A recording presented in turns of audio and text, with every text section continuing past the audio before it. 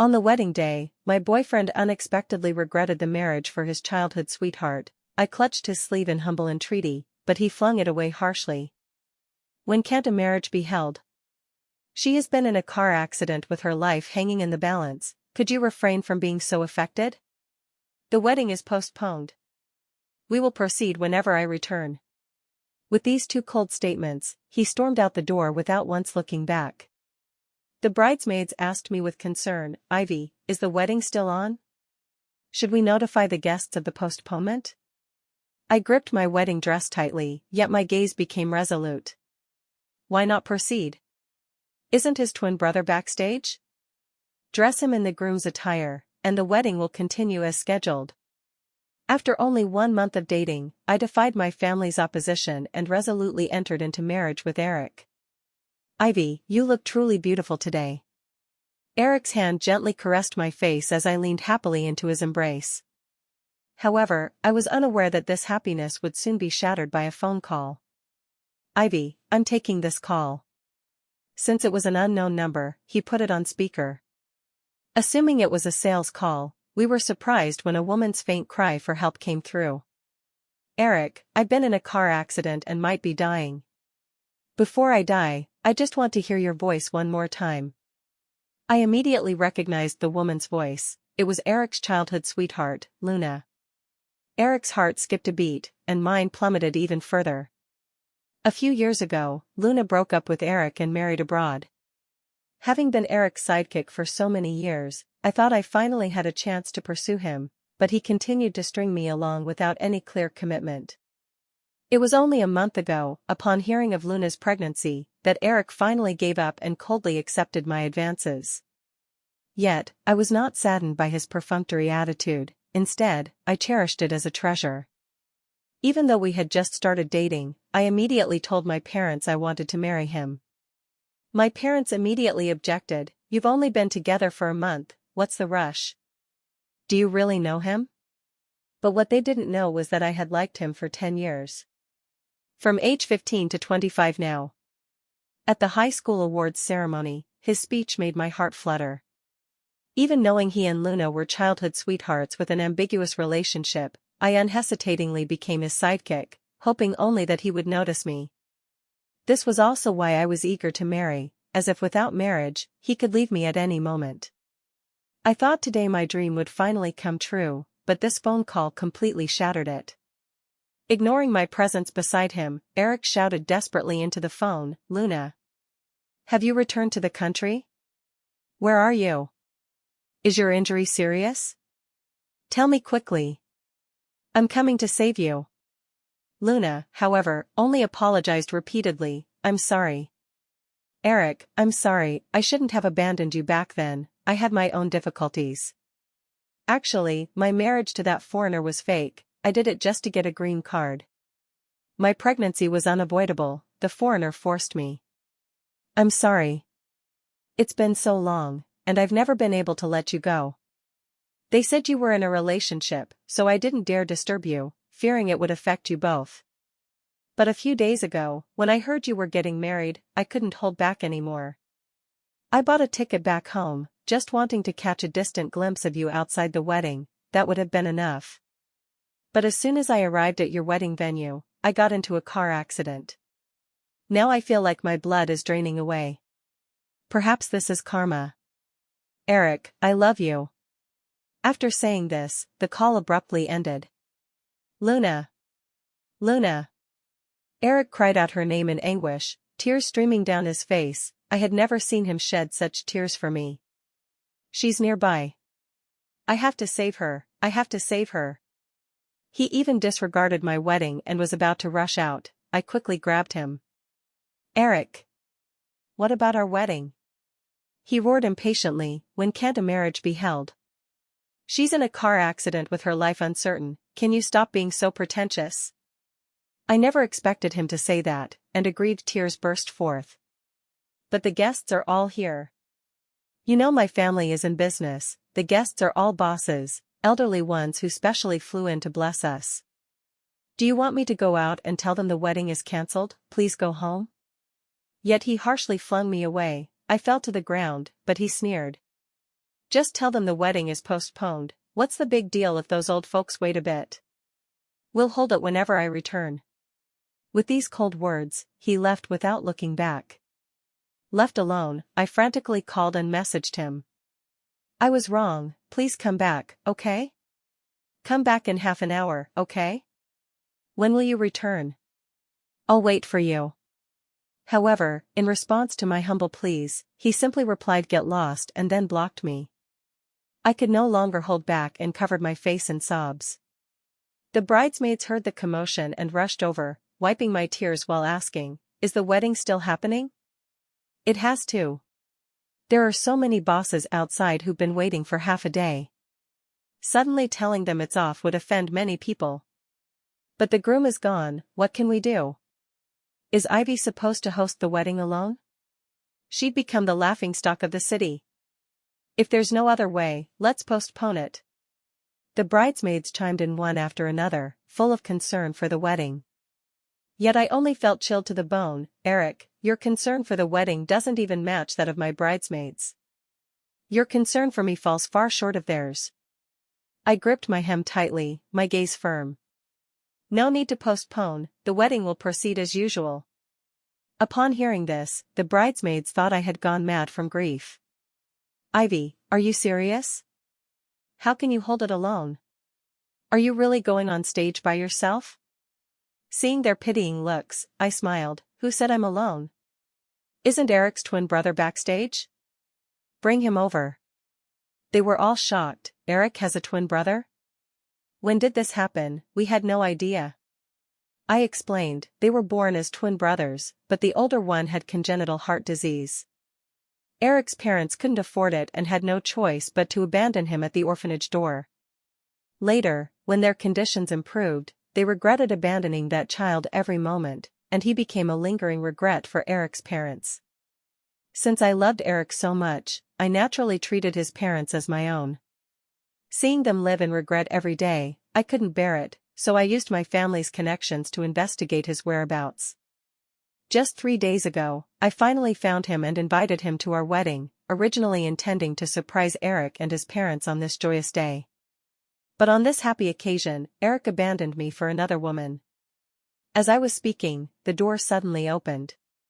Entering was a tall, slender man with fine hair draping over his sharp brow bones, eyelashes like raven feathers, distinct and clear, with pitch-black eyes. At first glance, he looked identical to Eric. But upon closer inspection, there were many differences. He was much thinner than Eric, with sharper brow bones. Compared to Eric, he exuded an air of untamed defiance, and a mole at the corner of his eye made him appear even more irreverent. Seeing my makeup smeared from crying and my disheveled appearance, he actually laughed. The bridesmaids angrily said, "What are you laughing at?"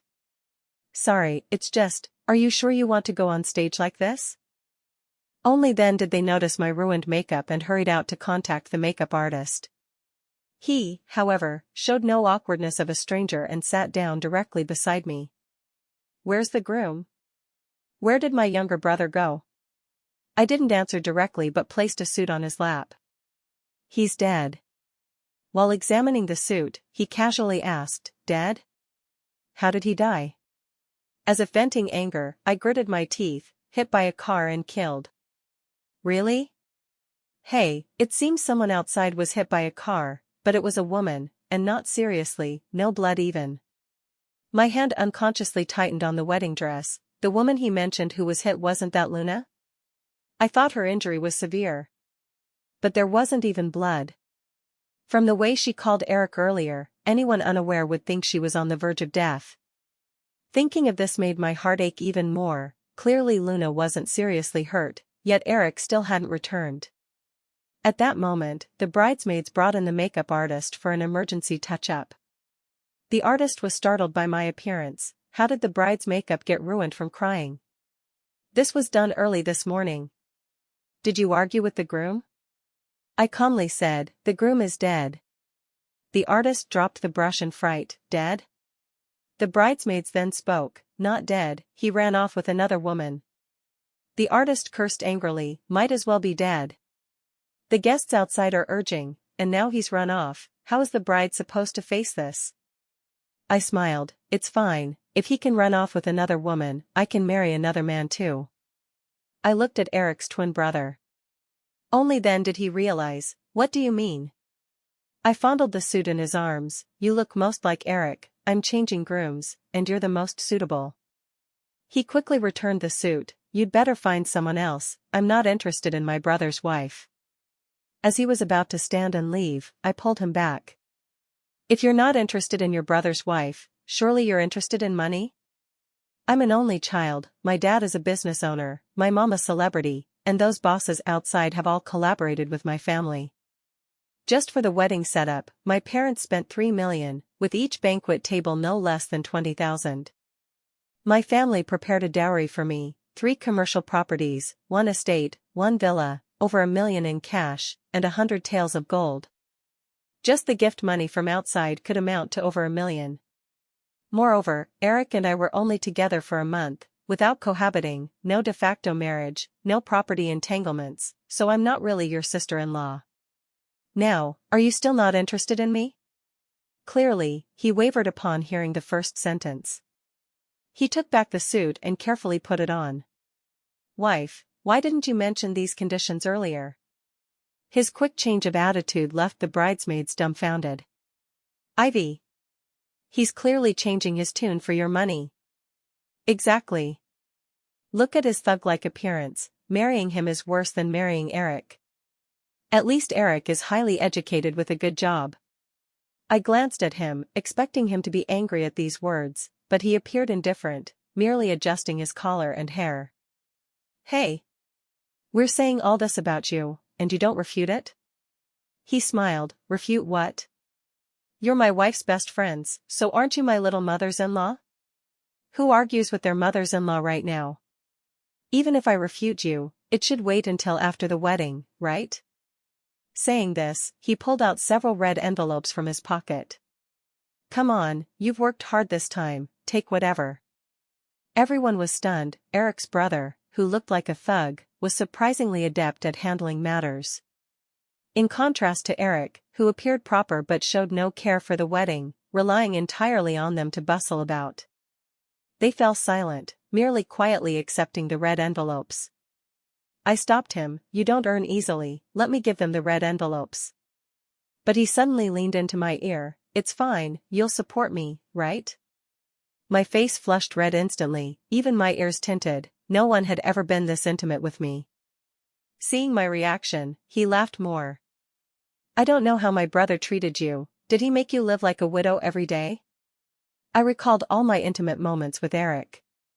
During high school, when Eric and Luna were ambiguous. Sometimes they argued, and he would deliberately touch my head, put his arm around my shoulders, his fingers twining through my hair in circles.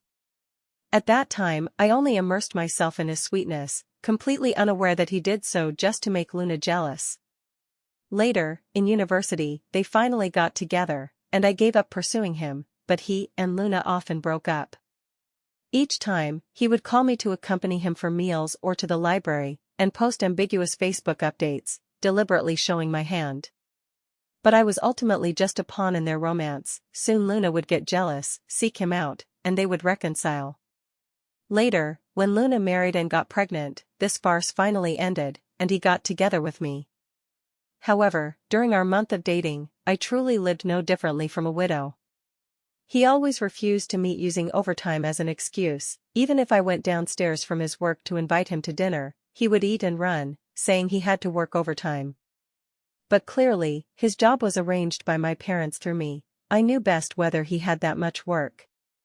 My heart ached for a moment. Never mind, let this be the last time I ache for him. At that moment, the MC came to urge, are the groom and bride ready? The wedding is about to start. I quickly stopped the MC. Wait. The groom's name needs to be changed. Otherwise, during the vows, the MC would ask, Ms. Ivy, do you wish to be with Mr. Eric forever, in poverty or wealth? I don't. I won't be with Eric. The MC was stunned, seemingly never having encountered such a bizarre request. But he was professional. All right, what should the groom's name be changed to? I turned to ask him, what's your name? He seemed unprepared for me to go all out, stunned for a moment, helplessly saying, I have no name, they all call me Ethan. At the wedding venue, the guests had gathered joyfully. I followed the procedure, holding my father's hand down the red carpet.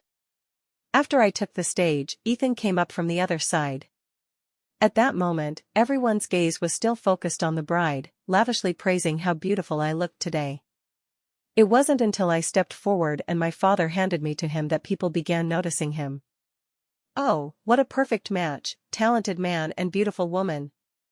Perhaps because he looked so much like Eric, or because the guests were mostly from my side, no one realized the wedding had a new groom. But secrets can't be kept forever. During the tea-serving ceremony, we were exposed. I picked up the tea and offered it to my in-laws. Dad, Mom, please have tea. Yet they didn't accept it, nor look at me, focusing entirely on Ethan. My father-in-law kept rubbing his eyes, which turned red, staring fixedly at Ethan, his whole body trembling. My mother-in-law was even more overcome, tears flowing before words, her face ashen, standing dazed and nearly fainting from crying. My heart sank. Indeed, only parents can recognize twins. Ethan had been identified. They delayed accepting my tea, and the guests began murmuring. What's going on? The mother-in-law isn't accepting the daughter-in-law's tea? Exactly. Ivy marrying into their family is already marrying down, and they dare give her a show of authority. Exactly. Do they really think her maternal family is easy to bully? The mother-in-law still didn't accept the tea, just looking at me resentfully, her gaze seeming to ask, how did you find him? Why are you marrying him? Where does that leave Eric?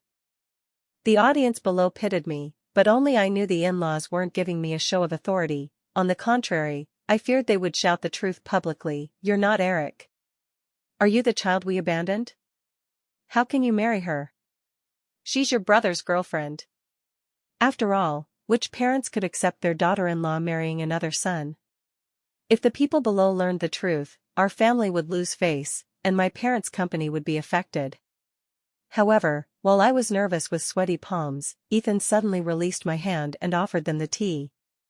Dad, Mom, please have tea. Hearing the child they had abandoned call them Dad and Mom, and personally serve them tea, was something they dreamed of and yearned for even in death. In that moment, they suddenly cried heartbrokenly, no longer pursuing the matter, and shakily accepted the tea. Ethan quickly pinched my hand. I understood his intent and hurriedly poured another cup. Dad, Mom, please have tea. They accepted this cup without hesitation. This meant they accepted the absurdity of me changing grooms and marrying Ethan. Finally, the MC began the vows. Ms. Ivy, do you wish to be with Mr. Ethan forever, in poverty or wealth? Thus, from start to finish, no one noticed Eric had already abandoned me. Instead, they immersed in the wedding's joy, continuously blessing us. After the banquet ended, it was already evening. Everyone was thoroughly drunk, supporting each other as they left. The in-laws stayed with us, crying as they hugged Ethan, asking how he had fared these 20-plus years, if his illness was cured, if he had attended school, where he made a living, why he was so thin. But Ethan, unlike during the tea serving when he was accommodating, directly pushed them away. Whether I've fared well or not has nothing to do with you. The mother-in-law broke down, sobbing as she asked, Child, didn't you just serve us tea? Doesn't that mean you've forgiven us? He coldly replied, I was just afraid you'd reveal the truth in front of the guests. I couldn't let my wife lose face. That tea didn't mean forgiveness, it was just to shut you up. Before my parents could figure out what was happening, Eric arrived in a hurry, dust-covered. Seeing the banquet cleared and guests gone, he originally wanted to interrogate, why are the guests all gone? But hindered by my parents standing in front of me, he restrained himself somewhat, humbly explaining to them.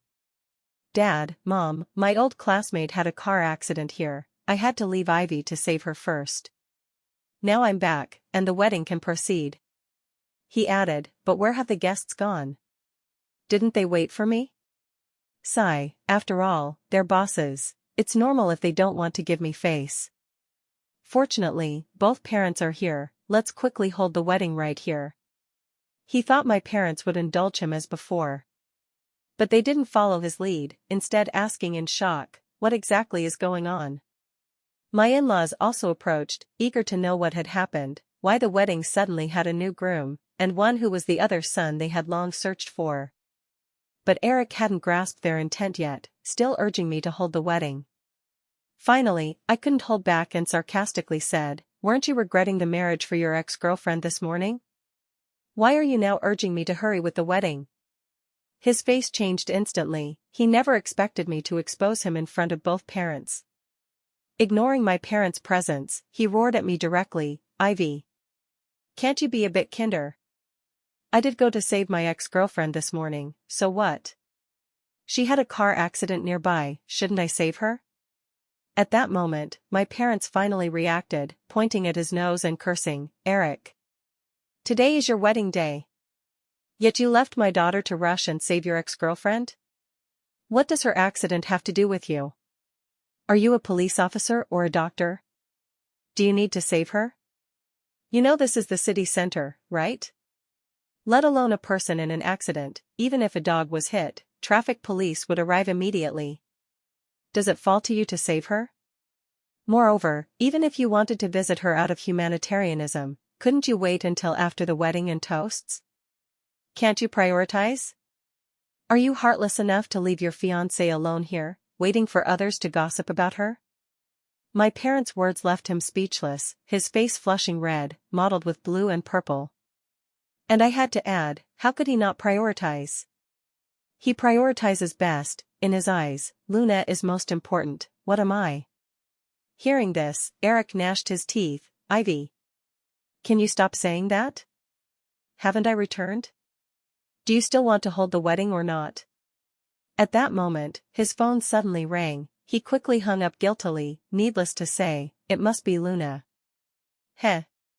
No wonder he's suddenly eager to hold the wedding with me, turns out he's rushing back to care for Luna. He thought I would humbly beg him as before, but I said nothing, my gaze toward him filled only with hatred and coldness. His heart suddenly sank. This was the first time I looked at him this way. Previously, my gazes always carried appeasement. But he remained stubborn. "Ivy, I'm asking you one last time, do you want to hold the wedding?" Before my parents could curse him, I firmly replied, "No, get lost." "Fine. Ivy, don't regret it. Don't forget how humble you were when pursuing me. How lowly. Even if you kneel or cry begging me later, I'll absolutely never marry you." With that, he stepped forward to pull his parents. "Dad. Mom. Let's go." Yet his parents harshly flung him off. He looked at them incredulously. "Dad. Mom. What do you mean? She's not planning to marry me, aren't you coming with me?" However, his parents said words that shocked him profoundly. "Go where? Ivy is our daughter-in-law. Today is our son's joyous wedding day with her, don't come causing trouble." Eric couldn't believe it, eyes wide. "Dad. Mom. What are you saying? Aren't I your son?" However, right after, Ethan suddenly hugged me from behind, his head on my shoulder, whispering softly in my ear, "Wife, it's so late, when do we consummate?" Eric, who had been clamoring to leave, now couldn't say a word upon seeing this, stunned in place, staring at us with vacant eyes, his cheeks involuntarily trembling. Ethan's breath ambiguously brushed my ear. Where had I ever been hugged like this? My whole body shuddered, instinctively wanting to push him away, but he held me tighter. But in Eric's eyes, I was coyly protesting. Instantly, nameless rage surged in him. He stepped forward to separate us. "Ivy. You're my wife, how can you hug another man?" Yet I harshly pushed him away, left with only indifference toward him. "I'm already married and have no relation to you, even if there was, I'm your sister-in-law." "Sister-in-law?" Hearing this title, he looked even more incredulously at Ethan, that face so similar to his. He pointed at Ethan, voice trembling. He's my twin brother? When did you find him?" I sneered. "A few days ago, I found him in the slums. Originally planned to surprise your whole family today, but your Luna gave me a surprise instead." The guests outside were urging, no matter how I called you, you ignored me, so I had to change grooms. Upon hearing this, Eric's anger surprisingly lessened, and he even sighed in relief. I knew it, how could you marry another man? It must be because I wasn't there, you had no choice but to have him temporarily substitute for me, right? After all, he looks like me, the guests wouldn't notice. Then, he arrogantly said to me, you can't live without me, how could you marry another man? Fine, since that's the case, soften up to me, and I'll make up the wedding with you, how about that? As for you holding a wedding with my brother, I won't pursue it, after all, you had no choice. He thought I would humbly clutch his sleeve as before. But now, I sneered, then grabbed Ethan's arm, husband, let's hurry back to the room, don't let him delay our auspicious moment. Upon hearing this, Eric's mood swung wildly again, he quickly grabbed my arm, what do you mean? Ivy, he's just my substitute. You don't really plan to turn the act into reality.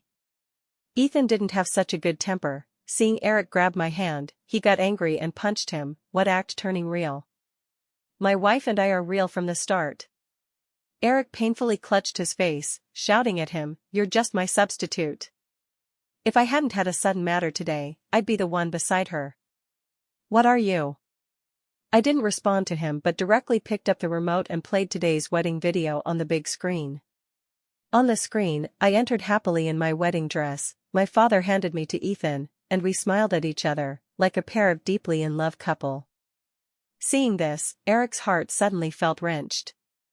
Then, at the tea serving to in-laws, it was clear they recognized he wasn't Eric, but they still accepted our tea and agreed to our marriage. Finally, in the vow segment, it wasn't Eric's name recited, but, do you wish to spend your life with Ethan, in poverty or wealth, health or sickness? And I firmly answered, I do. The next second, we kissed amid the guests' blessings. Originally, Eric wasn't that broken, but watching the wedding replay before him, the impact was no less than when Ethan hugged me from behind. He stared incredulously at the big screen, lips pale, bitten to bleeding. Impossible. This can't be. He's just my stand-in. Why did the MC call his name? Ethan added insult to injury, didn't you say we were acting turning real? Whose act involves kissing so long? I was a bit embarrassed and pinched his waist, the elders are still here, why say such things? Eric still couldn't believe it all, face ashen, body trembling. At that moment, footsteps suddenly came from outside. We all looked toward the sound, I recognized at once, it was Luna. At this moment, she was wearing a luxurious little white dress, high heels, heavy makeup, holding flowers, gazing affectionately at Eric. She glanced at my wedding dress, thinking Eric and I had finished marrying, her face disappointed. She walked to Eric, saying aggrievedly in a hoarse voice, Eric. I fell asleep in the hospital, woke up to find you gone, you didn't answer my calls, so I guessed you'd come to marry her. Congratulations on finding your happiness, I'm here to say goodbye, I'm going abroad. Though her words were sincere, her attire didn't look like for farewell, it seemed like for wedding crashing. Following her cue, I said, dressed like this, it doesn't look like farewell, it looks like you're here to ruin my wedding. You already ruined this morning's wedding, do you want to ruin the evening makeup one too? Luna naturally lowered her head guiltily, but verbally feigned pity, I didn't. Ivy. How could I be that kind of person? I sincerely bless you both, today's accident was purely coincidental. Accident? Your accident was quite something, I see no injuries, yet you can wear high heels, dressed so prettily rushing here. So what did you mean on the phone saying you were dying, urging Eric to see you one last time? Luna grew more guilty, only crying non-stop, I didn't. I really didn't, I was in so much pain then, thought I was dying. Eric was my greatest concern, so I wanted him to see me one last time, I really didn't intend to ruin your wedding. She glanced at Eric, and sure enough, he sided with her, Ivy. Who allowed you to speak to Luna like that? She's still a patient, do you really want to drive her to death? How can you be so vicious? Luna's lips curved in a barely noticeable smile, continuing to feign pity, Eric. Then I'll leave, my presence here might disturb you. It's a pity I didn't witness your wedding, but seeing you happy satisfies me. I'm leaving. Don't look for me anymore." With that, she turned to leave. Though saying leave, her steps were deliberately slow, clearly waiting for Eric to call her back. I sneered, then called her name first. "Miss Luna, please stay." Everyone looked at me confusedly. Why keep her? To scold her? Luna immediately stopped. Pity it wasn't Eric calling her, but no matter, as long as I scolded her, Eric would surely defend her. She turned back, but unlike imagined, I didn't scold her. Instead, I smiled and said, "Actually, I didn't marry Eric. Today I temporarily changed grooms and married his brother." Saying this, I leaned on Ethan's shoulder, sweetly happy. Eric just wanted to marry me, but how could I agree? However, since he so wants to marry, surely it doesn't matter whom. "Perfect, you're dressed so prettily now, why not marry here? His parents are present, and can drink the tea you serve." Eric couldn't believe these words came from my mouth. He never thought that I, who loved him so much, would now hand myself over to another. Upon hearing this, Luna's smile was hard to control. She lifted her skirt and walked toward Eric. Eric's face was displeased, with no joy of welcoming a bride. But Luna had already reached him, tugging his sleeve. "Eric. Actually, I've never forgotten you these years."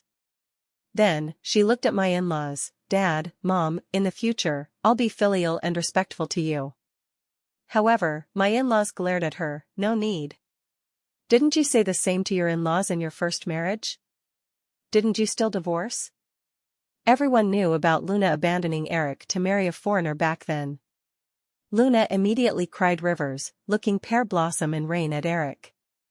Eric didn't look at her but sulkily at me, especially Ethan holding my hand. "Fine. Since Mom and Dad are here, we'll marry today too." With that, he pulled chairs for his parents to sit. "Dad, Mom, let the new daughter-in-law serve you tea." His parents naturally refused, roaring at him, "Serve what tea? A twice-married woman who's been pregnant, and ruined your wedding, why should she enter our family?"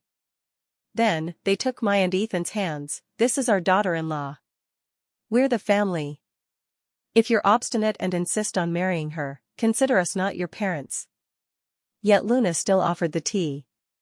But they didn't glance at it, even flinging it away directly. Seeing our family of four harmonious, Eric suddenly recalled on the big screen, the tea serving where they accepted mine and Ethan's tea. "Clearly in the wedding, you recognized Ethan wasn't me, why could you still accept Ivy's tea?" His parents answered bluntly, "No reason. At least Ivy wouldn't ruin others' weddings or eagerly become a mistress." Eric quickly helped Luna up, seeing her cry like that, and me and Ethan discussing honeymoon plans. He was even more furious, directly declaring, "I don't care if you agree, I'm taking her to get the certificate immediately. From now on, Luna is my wife." Then, he even added to me, "From now on, we have no relation." He pulled Luna and turned to leave, but clearly slowed his steps. Luna only thought it was consideration for her high heels, her heart uncontrollably happy. After they completely left, the in-laws held my hand, apologizing non-stop. "Sorry, Ivy, we didn't teach this son well, making you suffer." I smiled. "It's fine, luckily I didn't marry Eric, or how would I have compromised in married life?" Luna's arrival wasn't a bad thing. Then, I pinched Ethan's hand. "Moreover, I feel he's quite good."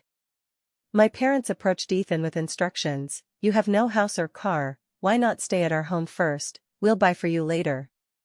Though he has no house, I do. My parents' action was merely to keep an eye on Ethan and set some rules. He didn't resist. "All right, thanks Mom and Dad." I took the opportunity to mention, "Right, Eric's job was arranged by me. It's inappropriate for him to stay in our company, let him resign, give him 3 months' salary advance." My dad nodded, "Naturally. If not for you speaking up back then, with his qualifications, why enter my company?" Then, he politely asked my in-laws' opinion. "In-laws, no objections?" "None. We now recognize only this son, whatever he does has nothing to do with us." Their gazes toward Ethan were filled with guilt. Even if he didn't want to forgive them, they still pulled him to ask endlessly, Only when we returned to the bridal chamber did they stop. Should we get the certificate tomorrow? Ethan didn't grope me but simply embraced me for peaceful sleep. Wife, let's get the certificate tomorrow too. Okay. And change your name while at it. The next day, we rose early to get the certificate, but the Civil Affairs Bureau entrance was packed, a crowd watching the spectacle. What's happening? Why is a foreigner shouting there? Seems a woman married a foreigner but didn't divorce, secretly returned to marry her ex-boyfriend, discovered by the foreigner who flew overnight, sigh, tragic. Isn't this bigamy? Definitely. The foreigner reported to police, and they're here. My heart jolted. They're talking about, isn't it Luna? I tiptoed to look inside. Police were dispersing the scene, only to see Luna pushed out by a foreigner, and Eric escorted out. Due to suspected bigamy, they had to give statements. Seeing them emerge, people pointed at Luna. Hey. That's the woman, right? Married abroad, yet dares secretly return to marry? Really embarrassing internationally. Eric's face looked terrible. Just moments ago, he learned the full truth. Luna's previous lies about fake marriage for green card were false. She and the foreigner were mutually in love. The forced pregnancy was also false. But the crowd didn't know the truth, still pointing at Eric. Hey, that's the male mistress, right? Oh, so embarrassing. Exactly. Now it's spread outside. The woman might still go abroad, but what about this man? TSK. Eric had never experienced this. He valued face most. How could he let others mock him? He quickly looked up to explain he was deceived by Luna. However, he saw me held by Ethan. At this moment, my expression toward him was no different from these spectacle-watching onlookers. His mind buzzed suddenly, blood surging upward, his previously pale face instantly turned livid. They were taken to the police car, and we hurried inside to get the marriage certificate. Seeing this, he finally panicked, ignoring the police beside, rushing toward me. Ivy. Don't marry him. Don't get the certificate with him. However, the next second, he was pulled back by police. Hurry to the station with us. He began humbly begging the police, Officer, I'm innocent, I didn't commit bigamy, that's my wife, please let me go, or she'll get certified with another, please. Let me say a few words to her, or she really won't be mine. The police ignored him. She never belonged to you. Her husband is standing beside her. Stop nonsense, come with us. Resisting, he cried out, Ivy. Don't get the certificate. Please wait a bit more. When I return, I'll marry you. This time I won't abandon you. I'll give you the grandest wedding. Don't marry him. He grew up in the slums. He's utterly unworthy of you. He must be with you for your money. Please, Ivy, don't go in. There's still time, wait for me to come out. Actually, I never wanted to marry Luna. It was just yesterday's stimulation from you marrying another that made me marry her in a fit of pique. I thought you'd be jealous, you'd retain me. It's all my fault. Now knowing the truth, I see my heart clearly. No matter how he begged or called my name, I ignored it, even directly pulling Ethan into the Civil Affairs Bureau. Ivy. Come back. You can't do this. I'm your husband. I'm the one to go in with you. You can't, Ivy, come out. Despite disregarding the crowd's gazes, struggling fiercely, he was outnumbered and ultimately dragged away by police. Meanwhile, I obtained the marriage certificate and walked out side by side with him. After finishing his statement, Eric rushed out, fearing I'd already certified. However, I directly posted the marriage certificate on Facebook. Seeing it, his heart twisted like a knife, frantically searching for my figure. Yet he searched the city almost entirely, places I'd repeatedly mentioned wanting to go with him, but nowhere my figure. He even went to the company, thinking I'd gone to work. Not only didn't find me, but was informed he was fired, and his job would soon be replaced by Ethan. He shouted at former colleagues, on what grounds? He's just a factory thug, why replace my position? The colleagues didn't indulge him, cursing back, you still think you're Miss Ivy's fiancé? Daring to shout at us. Get out. Former colleagues who once elevated him now had opposite attitudes. Just like past me who obeyed him, compromised, but now didn't bail him out, instead marrying another man. This huge disparity made him completely unmoored. He took his things home, wanting to ask my whereabouts, but found his parents absent. He quickly video called them, only to find them honeymooning with us, words full of praise for us. This daughter-in-law is so good, fearing we'd be lonely at home, brought us along. This place is truly beautiful, we can't return to cook for you, make do. Then, they hung up, completely ignoring his unemployment and becoming the city's laughingstock. Even his parents' attitude changed. Over these years, he knew how guilty they felt toward his brother. In the future, they'd probably only recognize him. Eric looked at the empty home, unable to hold back anymore. Originally, he could have had a wife with eyes only for him, a happy family, a perfect job, an enviable life. But now, all gone. It was all his own fault, but he never thought I'd change hearts so fast. Clearly before, I was so tolerant, always indulging him. Thinking this, he covered his face and wept. If given another chance, he'd cherish me well. But, where's the regret medicine in the world? Later, Ethan gradually familiarized with this name. He worked diligently at the company. Without Eric's heirs, everyone liked him. Eric, like his past obsession with Luna even after her marriage, now obsessed with me even after mine, I became his white moonlight. But I didn't indulge him, directly deleted and blocked, no Facebook posts, even mutual friends didn't know our happiness. Eric, without my news, initially inquired frantically, but learned I was pregnant. He became utterly disheartened, bought a ticket and left, never seen again. Later heard he and Luna were still secretly together, thought he couldn't change, but news came again, he attempted murder. Luna was harmed into a vegetative state by him, her husband ignored her, divorced her, she'd spend her remaining life dying in hospital. Eric ended up with life imprisonment, no one visited him. His parents still had feelings for him, but busy caring for me and the grandson, couldn't go abroad. Though Ethan still hadn't forgiven their abandonment, he didn't stop them from seeing the grandson. Our family could be considered 3 generations under one roof.